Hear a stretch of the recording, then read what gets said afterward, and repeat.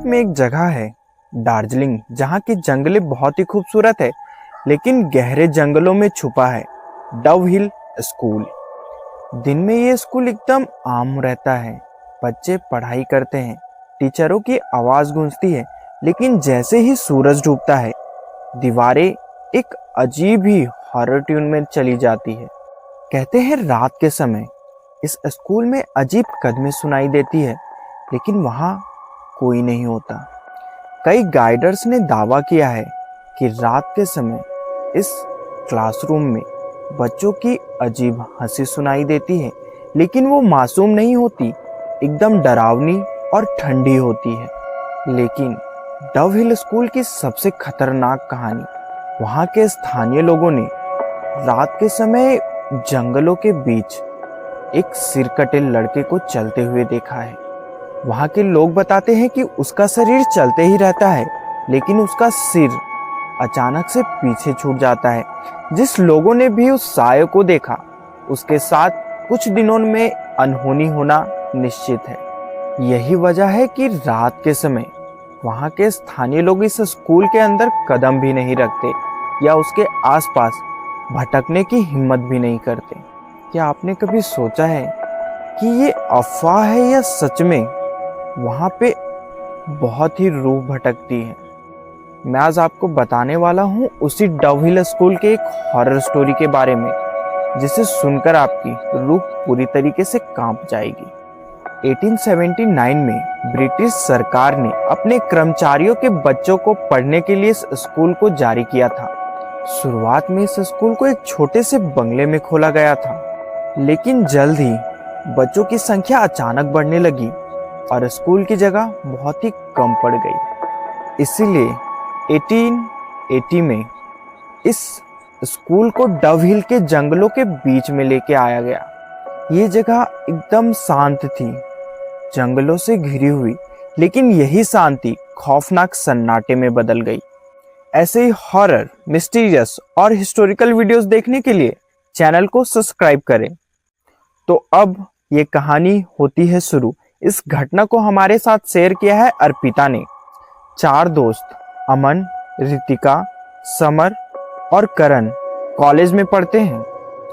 ये चारों को हॉरर स्टोरी और पैरानॉर्मल एक्टिविटीज पर बहुत ही ज़्यादा दिलचस्पी थी। एक दिन अमन अपने दोस्तों को बताता है कि भारत की सबसे हॉन्टेड प्लेस में डव हिल दार्जिलिंग का नाम आता है। अमर की बातें सुनकर चारों दोस्त बहुत ही एक्साइटेड हो जाते हैं, लेकिन अमन उनसे कहता है कि हम अगली वीकेंड पे डव हिल दार्जिलिंग जाकर वहाँ पे जाके अपने कैमरे और दोस्तों के साथ छानबीन करेंगे। वो चारों दोस्त बस से यात्रा करते हैं और लगभग 8 बजे शाम के समय वो कुर्सियोंग पहुंचते हैं। लगभग वो 8 बजे शाम को कुर्सियोंग पहुंच चुके थे, लेकिन करण ने डिसाइड किया कि हम रात के समय ही डव हिल स्कूल जाएंगे। वो जैसे ही वहां पहुंचते हैं तो वो देखते हैं कि जंगलों के बीच एक स्कूल टूटी खिड़कियां और पुराने ब्रिटिश स्टाइल में खड़ा है, और वहां की गलियारा एकदम खामोश है। समर जोर से दरवाजे को धक्का देता है और दरवाजा अचानक से अपने आप खुल जाता है, लेकिन दीवारों में अजीब सी सिलन और ठंडी हवा अजीब सी बदबू दे रही थी। चारों अंदर से बहुत ही ज्यादा डरे हुए थे, लेकिन चारों ने अपनी टॉर्च जलाई और एक अजीब सी आवाज आई, पुरानी लकड़ी की। रितिका धीरे से अपने दोस्तों से कहती है, मुझे ऐसा लग रहा है मानो हमें कोई देख रहा है। अमन हंसते हुए बोलता है, रिलैक्स गाइस, ये सिर्फ तुम्हारा वहम है, चलो पहले साइंस लैब देखते हैं। लेकिन जैसे ही वो लैब का दरवाजा खोलते हैं, एक पुराना टेबल अपने आप ही हिलने लगता है। स्कूल के बगल में गलियारा टाइप से बनी हुई थी, वहां से उन्हें ऐसा लगता है कि जैसे बच्चों की हंसी आ रही हो। क्लास 4 के कमरे में जाकर देखते हैं, वहां ब्लैक बोर्ड पर खुद ब खुद चौक से लिखाई शुरू होती है, गेट आउट।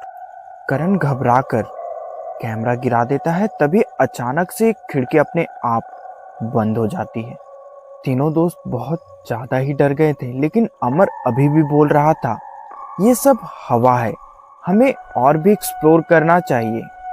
लेकिन तभी रितिका अचानक से पीछे देखती है और उसकी चीख बहुत ही जोर से निकल आती है। वो कॉरिडोर के एंड पर एक हेडलेस बॉय को देखती है। चारों बहुत ही ज्यादा घबरा जाते हैं और स्कूल से भागकर जंगलों के बीच चले जाते हैं। रास्ता एकदम घने पेड़ों से घिरा हुआ था। अचानक उन्हें कदमों की आवाजें सुनाई देने लगती है, लेकिन वो कदम इंसानी बिल्कुल भी नहीं लग रहे थे। बहुत ही तेज और भारी थे। जैसे ही वो चारों पीछे मुड़कर देखते हैं तो एक बच्चा बिना सर के उनकी तरफ धीरे धीरे आते हुए दिखता है। उसका शरीर एकदम धीरे धीरे चलते रहता है और उसके कंधे पे से खून की बूंदें टपकती है। वो चारों एकदम पूरी तरीके से डर जाते हैं। चारों वहां से भागने लगते हैं, लेकिन करण का पैर एक लकड़ी में फंस जाता है और करण गिर जाता है। तीनों दोस्त उसे उठाने की कोशिश करते हैं, लेकिन तभी उनके चारों तरफ से बच्चों की हंसी की आवाजें सुनाई देने लगती है। रितिका का हाथ कोई अचानक से अदृश्य शक्ति पकड़ लेती है और वो जोरों से चीखने लगती है, मुझे बचाओ, किसी ने पकड़ लिया है। अमर और समर किसी तरीके से उसे पकड़कर खींचते हैं और वो चीखते चीखते उस अंधकार से निकलकर गांव के उजाले में पहुंच जाते हैं। लेकिन करण का कैमरा वहीं जंगल में गिर जाता है। लेकिन अगली सुबह करण गांव वालों के साथ उस कैमरे को ढूंढने जाता है। उन्हें कैमरा तो मिल जाता है, लेकिन कैमरे में जो फुटेज रिकॉर्ड हुए थे उसे देखकर उनके पूरी तरीके से रूह कांप जाती है। उस कैमरे में साफ साफ दिखाई दे रहा था कि जब उन्हें कॉरिडोर में गेट आउट लिखा हुआ दिख रहा था तो उस दीवार के पास में एक बच्चा उन्हें लगातार चुपचाप देखे ही जा रहा था। उसके चेहरे पर कोई आंख, मुंह या कान नहीं था, बस खाली और काली जगह थी। उस दिन के बाद उन चारों दोस्तों ने कभी भी पैरानॉर्मल रिसर्च नहीं किया, लेकिन आज भी उस कैमरे के रिकॉर्ड की वीडियो को जब भी कोई देखता है तो वो बस यही कहते हैं कि डव हिल स्कूल में जाने की कोशिश कभी भी मत करना। वहाँ सिर्फ मौत की परछाइयाँ रहती है। ये थी घटना जो उन चारों दोस्तों के साथ हुई थी।